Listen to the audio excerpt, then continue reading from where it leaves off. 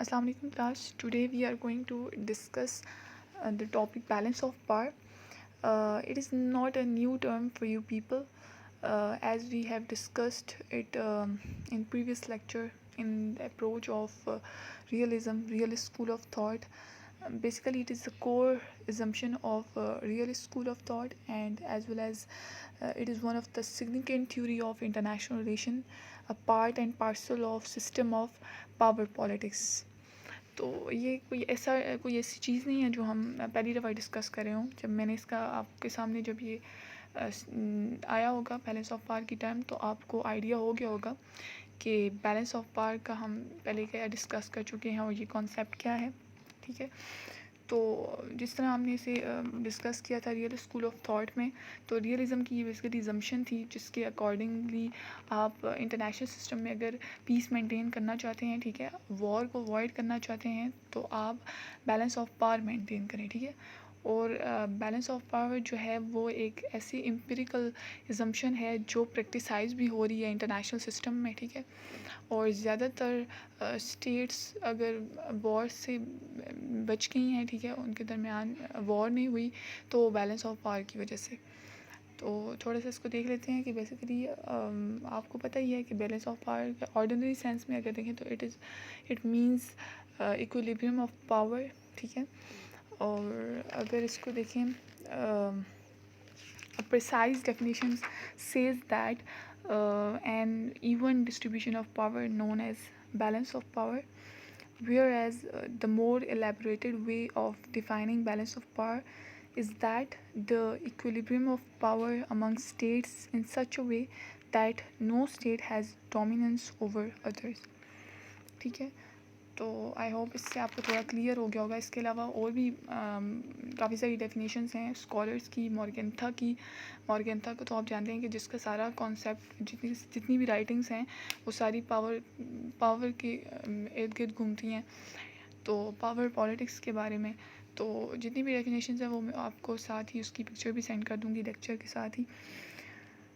तो basically ultimate objective क्या है बैलेंस ऑफ पावर का, कि आप इंटरनेशनल सिस्टम में पीस मेंटेन करें। ये बेसिकली पीस लाता है इंटरनेशनल सिस्टम में। ऐसा नहीं होता कि रियलिटी में ऐसा नहीं होता कि स्टेट्स जो हैं वो उनकी सारी एफर्ट होती है कि वो इंटरनेशनल सिस्टम में, इंटरनेशनल एरेना में बैलेंस ऑफ पावर मेंटेन करें। ठीक है, ताकि पीस मेंटेन हो सके। ऐसा नहीं होता। एक्चुअली स्टेट्स क्या करती हैं कि उनका सारा फोकस अपनी पावर को मैक्सिमाइज़ करने में होता है, अपनी पावर को इंक्रीज़ करने में होता है। ठीक है, और ऐसा नहीं होता कि आप जो है आपका अल्टीमेट ऑब्जेक्टिव ये होता है कि आप दूसरों के साथ, अपने ओपोनेंट के साथ बैलेंस ऑफ पावर मेंटेन करो, ताकि सब रीजन में पीस रहे, बाकी स्टेट डिस्टर्ब ना हो, इंटरनेशनल पीस जो है वो डिस्टर्ब ना हो। स्टेट्स एक्चुअली क्या करती हैं कि वो अपनी पावर को मैक्सिमाइज़ करती हैं। ठीक है, उनका अल्टीमेट ऑब्जेक्टिव ये होता है कि वो अपनी पावर को मैक्सिमाइज़ करें, क्योंकि जब आप अपनी पावर को मैक्सिमाइज़ करते हैं तो ये आपके सर्वाइवल के लिए इम्पोर्टेंट होता है, आपका सर्वाइवल इंश्योर करता है। तो बैलेंस ऑफ पावर मेंटेन कैसे होता है कि जिस वक्त एक स्टेट अपनी पावर मैक्सिमाइज़ करती है, ठीक है, पाकिस्तान और इंडिया की एग्जांपल ले लेते हैं। हमने पहले भी इसको डिस्कस किया है कि जिस वक्त हम रियलिज़म की थ्योरी पढ़ रहे थे, तो रियलिज़म में हमने दो टाइप्स पढ़ी थी रियलिज़म की, एक ऑफेंसिव रियलिज़म और एक डिफेंसिव रियलिज़म। तो उसमें हमने ऑफेंसिव जो पावर है, ऑफेंसिव स्टेट जो है वो हमने इंडिया को कंसीडर किया है, और डिफेंसिव जो है वो पाकिस्तान है। क्योंकि देखिए साउथ एशियन रीजन में एक स्टेट जो हेजमॉन बनने की कोशिश करती है वो इंडिया है। इंडिया अपनी पावर इसीलिए मैक्सिमाइज़ करता है ताकि वो साउथ एशियन रीजन में हेजमॉन बन सके, दूसरों को इन्फ्लुएंस कर सके। लेकिन जब वो अपनी पावर मैक्सिमाइज़ करता है तो उसकी पावर अल्टीमेटली पाकिस्तान की सिक्योरिटी के लिए और सर्वाइवल के लिए थ्रेट बन जाता है। तो जब वो अपनी पावर को मैक्सिमाइज़ करता है तो उसके जवाब में पाकिस्तान अपनी पावर डिफेंसिव पावर के होते हुए अपनी पावर मैक्सिमाइज़ करता है, अपनी सिक्योरिटी को इन्हांस करता है। ठीक है, तो ये बेसिकली स्ट्रगल जो है वो इंटरनेशनल सिस्टम में कंटिन्यू रहती है, और जब तक जो है ये स्ट्रगल ऑफ पावर कंटिन्यू रहेगा तो तब तक आप इंटरनेशनल सिस्टम में बैलेंस ऑफ पावर मेंटेन रहेगा और पीस मेंटेन रहेगा। लेकिन जब एक स्टेट जो है वो दूसरी से पावरफुल होगी तो उसी वक्त बैलेंस ऑफ पावर डिस्टर्ब होगा और वो आप फिर जंग की तरफ जा सकते हैं, वहाँ पे आपकी कॉन्फ्लिक्ट हो सकते हैं और फिर वॉर हो सकती है। इंडिया पाकिस्तान में ऐसा है कि पाकिस्तान ने ओवरऑल तो नहीं, बहुत सारी ऐसी फील्ड्स हैं, बहुत सारे ऐसे फील्ड्स हैं जहाँ पे इंडिया जो है वो पाकिस्तान से बेटर है, ठीक है। चाहे वो इकोनॉमिक सिस्टम हो गया, पॉलिटिकल सिस्टम हो गया, मिलिटरली देख लें, उसके अलावा लोकेशन वाइज देख लें, साइज़ वाइज देख लें, इंडिया पाकिस्तान से काफ़ी बड़ा है। लेकिन रफली पाकिस्तान ने इंडिया से बैलेंस ऑफ पावर जो है वो मेंटेन कर लिया है थ्रू न्यूक्लियर वेपन। तो अभी आप आगे हम जो सकते इसको पढ़ेंगे तो आपको समझ आ जाएगी कि पाकिस्तान ने किस टेक्निक के थ्रू इंडिया के साथ बैलेंस ऑफ पावर मेंटेन किया है। इसके आगे चलते हैं, आई होप आपको यहाँ तक क्लियर हो गया होगा। नेक्स्ट पे चलते हैं types of balance of power. काफ़ी सारी टाइप्स हैं, simple and complex types of balance of power. तो सिंपल में ये है कि दो स्टेट्स जो हैं, ये दो ग्रुप्स जो हैं स्टेट्स के, वो आपस में बैलेंस ऑफ पावर मेंटेन करते हैं, ठीक है, एक इक्विलिब्रियम ऑफ पावर मेंटेन करते हैं। और जैसे इंडिया एंड पाकिस्तान की एग्जांपल देख लें, ईरान एंड इराक की एग्जांपल देख लें, वही बात है कि ओवरऑल तो नहीं होता कि ओवरऑल आपकी पावर जो है वो इक्वल होगी है, नहीं। लेकिन ये है कि इतनी पावर दोनों की है कि एक दूसरे पे अटैक करते हुए वो ये बात सोचते हैं कि अल्टीमेटली आपको नुकसान होगा अगर आपने दूसरे पे अटैक किया तो। सेकेंड टाइप इज़ मल्टीपल और complex balance of power. That balance exists among many nations or among different group of nations. Multiple means more states, more than two states, ठीक है, जहाँ पे आपका France, Britain, Prussia, Russia, Austria, Hungary, ठीक है। तो ये वो टाइप आ जाती है जहाँ पे एक स्टेट से ज़्यादा, दो स्टेट से ज़्यादा जो है वो काफ़ी सारी स्टेट्स पे जब आप बैलेंस ऑफ पावर मेंटेन करते हो तो इसको आप कहते हो multiple balance of power. I hope आपको ये क्लियर हो गया कि सिंपल में आप सिंपली दो स्टेट के दरमियान आप जो है बैलेंस ऑफ पावर मेंटेन करते हो। लेकिन जिस वक्त कॉम्प्लेक्स और मल्टीपल की बात आती है तो इसका मतलब है कि वो जो बैलेंस ऑफ पावर आप मेंटेन करने वाले हो वो एक दो स्टेट से ज़्यादा निकल जाता है, ठीक है। ओपोनेंट भी ज़्यादा होते हैं और आपके साथ भी काफ़ी सारी स्टेट्स मेरी भी होती हैं, तो एक ग्रुप, दो ग्रुप्स के दरमियान जो है वो बैलेंस ऑफ पावर मेंटेन करना पड़ता है। नेक्स्ट टाइप को देखते हैं, local, regional and worldwide balance of power.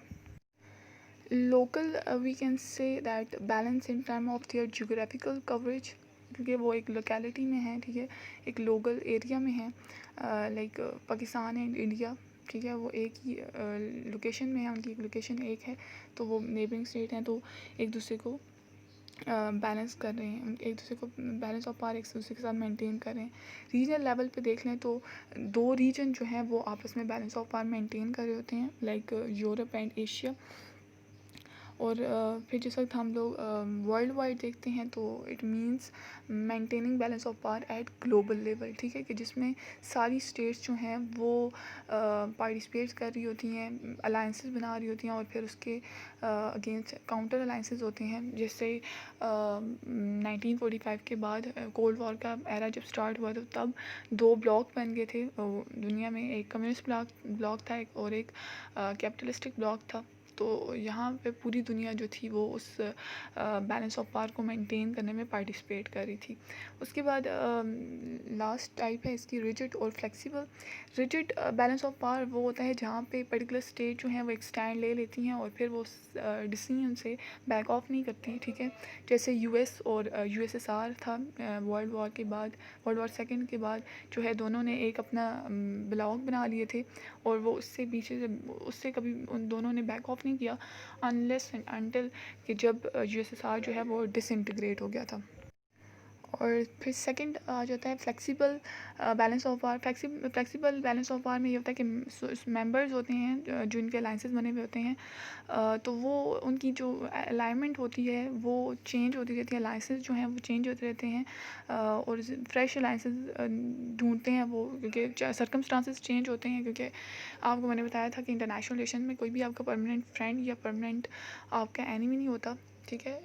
With the passage of time change in the circumstances, national interest की बेसिस पे आप अपने अलाइंसेस जो हैं वो चेंज करते रहते हो। जैसे पाकिस्तान और यूएस जो स्टार्ट में जब पाकिस्तान ने सीटो एंड सेंटो साइन किया था तो उस वक्त पाकिस्तान को यूएस की ज़रूरत थी, ठीक है। इंडिया के against balance of power maintain करने के लिए इंडिया के साथ पाकिस्तान को यूएस की ज़रूरत थी, क्योंकि पाकिस्तान स्टार्ट में बहुत वीक था।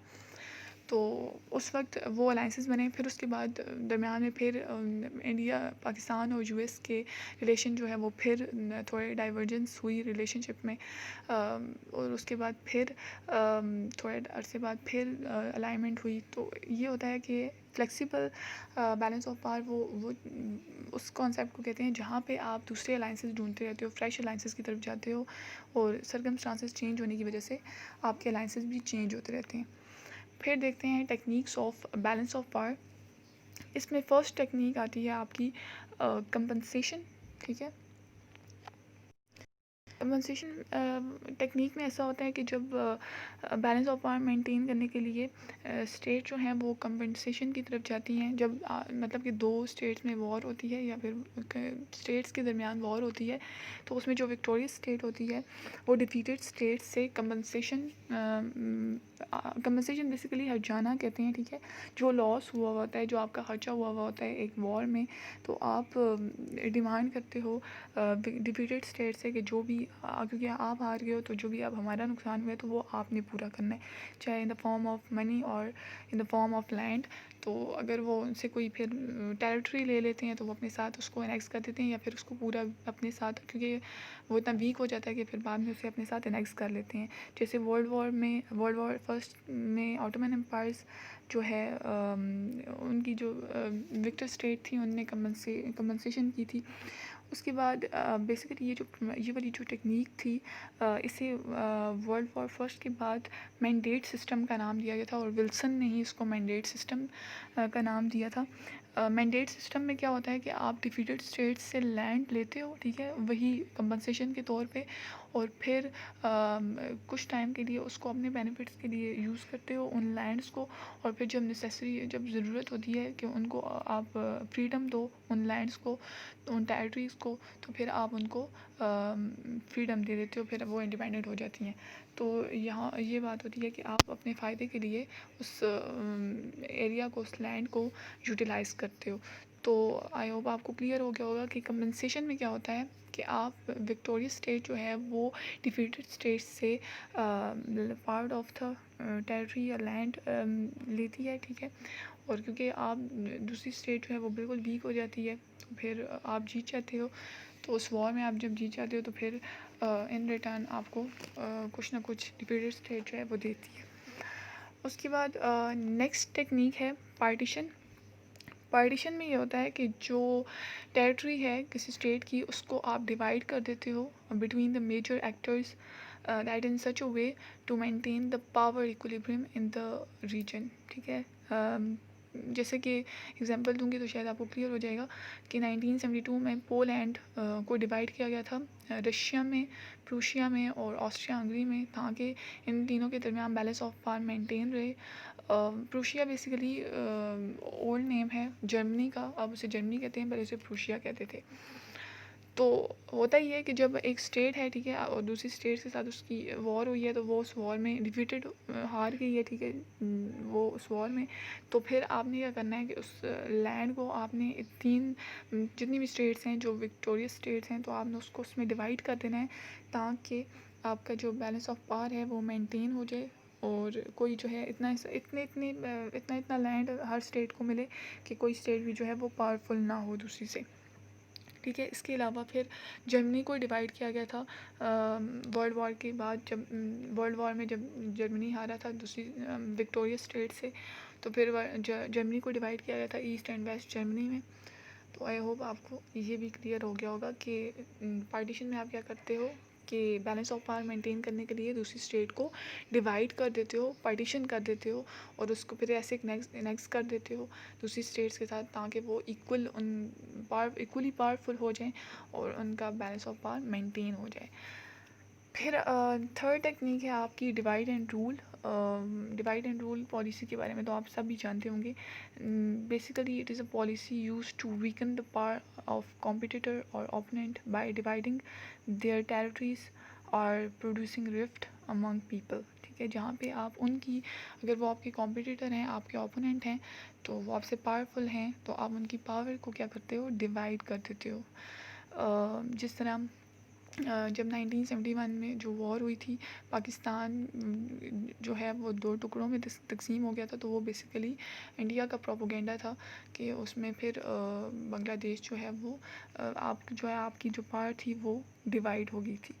फिर उसके बाद सोवियत यूनियन ने ये पॉलिसी अडॉप्ट की थी, जर्मनी को डिवाइड किया था जब ईस्टर्न और वेस्टर्न जर्मनी में, फिर कोरिया को नॉर्थ कोरिया और साउथ कोरिया में डिवाइड किया था, और फिर वियतनाम को नॉर्थ वियतनाम और साउथ वियतनाम में, ठीक है।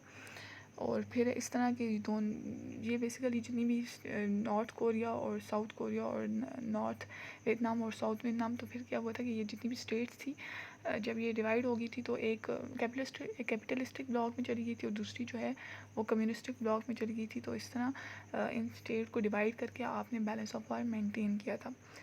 फिर उसके बाद आ जाता है आपका नेक्स्ट टेक्निक आ जाती है अलाइंसेस। शायद इसके बारे में मैंने आपको बताया था भी था कि दो टाइप की मेजर जो alliance in balance of power होती है, वो एक अलाइंसेस और दूसरी आर्मामेंट है। तो उसको आप इंटरनल बैलेंसिंग और एक्सटर्नल बैलेंसिंग कहते हैं। अलाइंसेस जो होती है वो एक्सटर्नल बैलेंसिंग होती है, ठीक है, कि जब एक स्टेट जो है वो वीक है और वो अपने ओपोनेंट के साथ बैलेंस ऑफ पावर मेंटेन नहीं कर पा रही, आपका ओपोनेंट जो है वो आपसे स्ट्रॉन्गर है, पावरफुल है, तो आप किसी दूसरी स्टेट के साथ, किसी पावरफुल स्टेट के साथ अलायंस बना लेते हो, ठीक है, कोई ट्रीटी साइन कर देते हो, आप डिफेंसिव ट्रीटी साइन कर लेते हो, इकोनॉमिक ट्रीटी साइन कर लेते हो, जैसे पाकिस्तान ने किया था आफ्टर इंडिपेंडेंस, कि पाकिस्तान इंडिया से, पाकिस्तान जैसे मैंने आपको बताया कि पाकिस्तान वीक था, इंडिया पावरफुल था, तो बैलेंस ऑफ पावर मेंटेन करने के लिए इंडिया पाकिस्तान ने सीटो सेंटो ज्वाइन कर लिया था, और उस तरह पाकिस्तान ने यूएस के साथ अलायंस बना लिए थे। तो बैलेंस ऑफ पावर जो है वो एक्सटर्नल बैलेंसिंग के थ्रू मेंटेन हो गया था। फिर उसके बाद आपका नेक्स्ट आता है आर्मामेंट, जिसको हम कहते हैं इंटरनल बैलेंसिंग। आर्मामेंट और डिसआर्मामेंट, आर्मामेंट का बेसिकली मतलब क्या होता है कि आप weapon acquiring arms and weapon आप प्रोड्यूस करते हो, ठीक है। इसकी एग्जांपल भी इंडिया पाकिस्तान से ही आप ले लें कि इंडिया और पाकिस्तान, क्योंकि पाकिस्तान ने इंडिया के साथ इंटरनल बैलेंसिंग से बैलेंस ऑफ पावर मेंटेन किया है, क्योंकि अगर ओवरऑल देखें तो इंडिया पाकिस्तान से बहुत ज़्यादा पावरफुल है, लेकिन एक ऐसा वेपन, एक ऐसी वेपन ऑफ मैस डिस्ट्रक्शन जो है वो आपने एक्वायर किया है, जिससे आपने रफली बैलेंस ऑफ पावर इंडिया से मेंटेन कर लिया, और वो है न्यूक्लियर वेपन। अभी अगर इंडिया ये वॉर इंडिया और पाकिस्तान के दरमियान जो है वो बिल्कुल इम्पॉसिबल है, क्योंकि अगर वो वॉर होगी तो उसको आप सुसाइडल वॉर बोलोगे, क्योंकि दोनों के पास न्यूक्लियर वेपन है। तो अगर एक फर्स्ट स्ट्राइक करेगा तो फिर दूसरा उसके जवाब में अटैक करेगा, तो फिर पूरा रीजन जो है वो डिस्ट्रॉय हो जाएगा। तो बेसिकली जिस इंटरनल बैलेंसिंग के थ्रू पाकिस्तान इंडिया ने बैलेंस ऑफ पावर मेंटेन किया है, तो वो इस बैलेंस ऑफ पावर के थ्रू साउथ एशिया में पीस प्रिवेल हो रहा है। तो उसके बाद फिर डिसआर्मामेंट में आप देखें कि जब वर्ल्ड वॉर के बाद लीग ऑफ नेशन में ये एक लीग ऑफ नेशन और ट्रीटी ऑफ वर्साइल में डिसआर्मामेंट की बात की गई थी कि जो स्टेट्स जो हैं, खास करके जर्मनी को ज़्यादा से ज़्यादा डिसआर्म किया गया था, ताकि उसके जितने वेपन्स हैं उनको वो ख़त्म कर दे, ताकि वो जो है लेस पावरफुल हो जाए। फिर ऐसा हुआ था कि उसके बाद जर्मनी ने हैविली ख़ुद को वेपनाइज किया था, आर्मामेंट की ज़्यादा वेपन्स बनाए थे, और फिर वर्ल्ड वॉर सेकेंड के लिए वो प्रिपेयर हो गया था। तो आप क्या करते हैं कि बैलेंस ऑफ पावर मेंटेन करने के लिए कभी कभी आप आर्मामेंट वेपन प्रोड्यूस करते हो, ठीक है, वेपन्स के थ्रू, और कभी कभी वेपन्स दूसरों के साथ अपना बैलेंस ऑफ पावर मेंटेन करने के लिए दूसरों के वेपन्स को उनको डिसआर्म करने का एक टेक्निक भी होती है। उसके बाद लास्ट है buffer state. Buffer state basically उस स्टेट को कहा जाता है जो दो हॉस्टाइल स्टेट के दरमियान लोकेट होती है। Basically that state lies between two hostile state, neutral state होती है ये। जब एक स्टेट वो उसको नॉन इंटरफेरेंस की पॉलिसी आप साइन कर लेते हो, ठीक है, अडॉप्ट करते हो उस बफर स्टेट की तरफ, दो हॉस्टाइल स्टेट्स हैं तो वो ये ट्रीटी साइन कर लेते हैं या एग्रीमेंट साइन कर लेते हैं कि दोनों स्टेट ने बफर स्टेट की इंटरनल अफेयर्स में इंटरफेरेंस नहीं करनी, ठीक है, क्योंकि अगर उनमें से एक भी उसमें इंटरफेरेंस करेगा तो उसको अपने साथ नेक्स्ट कर लेगा तो वो दूसरे से ज़्यादा पावरफुल हो जाएगा। इसीलिए फिर उसको नॉन इंटरफेरेंस की एग्रीमेंट करके दोनों उसको बिल्कुल न्यूट्रल छोड़ देते हैं और कोई उसमें इंटरफेरेंस नहीं कहता। जैसे कि अफ़गानिस्तान जो है वो बफर स्टेट रहा है रशिया और ब्रिटेन के दरमियान 19th सेंचुरी और फिर बिगिनिंग ऑफ 20th सेंचुरी। फिर उसके अलावा राइनलैंड को देख लें, जर्मनी और फ्रांस के दरमियान राइनलैंड ने बफर स्टेट बनी रही है। उसके बाद कनाडा जो है कोल्ड वॉर में सोवियत यूनियन और यूएस के दरमियान बफर स्टेट का रोल प्ले करता रहा है। तो आई होप आपको क्लियर हो गया होगा कि बैलेंस ऑफ पावर बेसिकली क्या है, ठीक है, और इसकी टाइप्स क्या हैं, फिर आप बैलेंस ऑफ पावर मेंटेन कैसे करते हो। आई होप आपको क्लियर हो गया होगा। इसके अलावा कोई क्वेश्चन ना समझ आए तो काइंडली पूछ लीजिएगा। Thank you.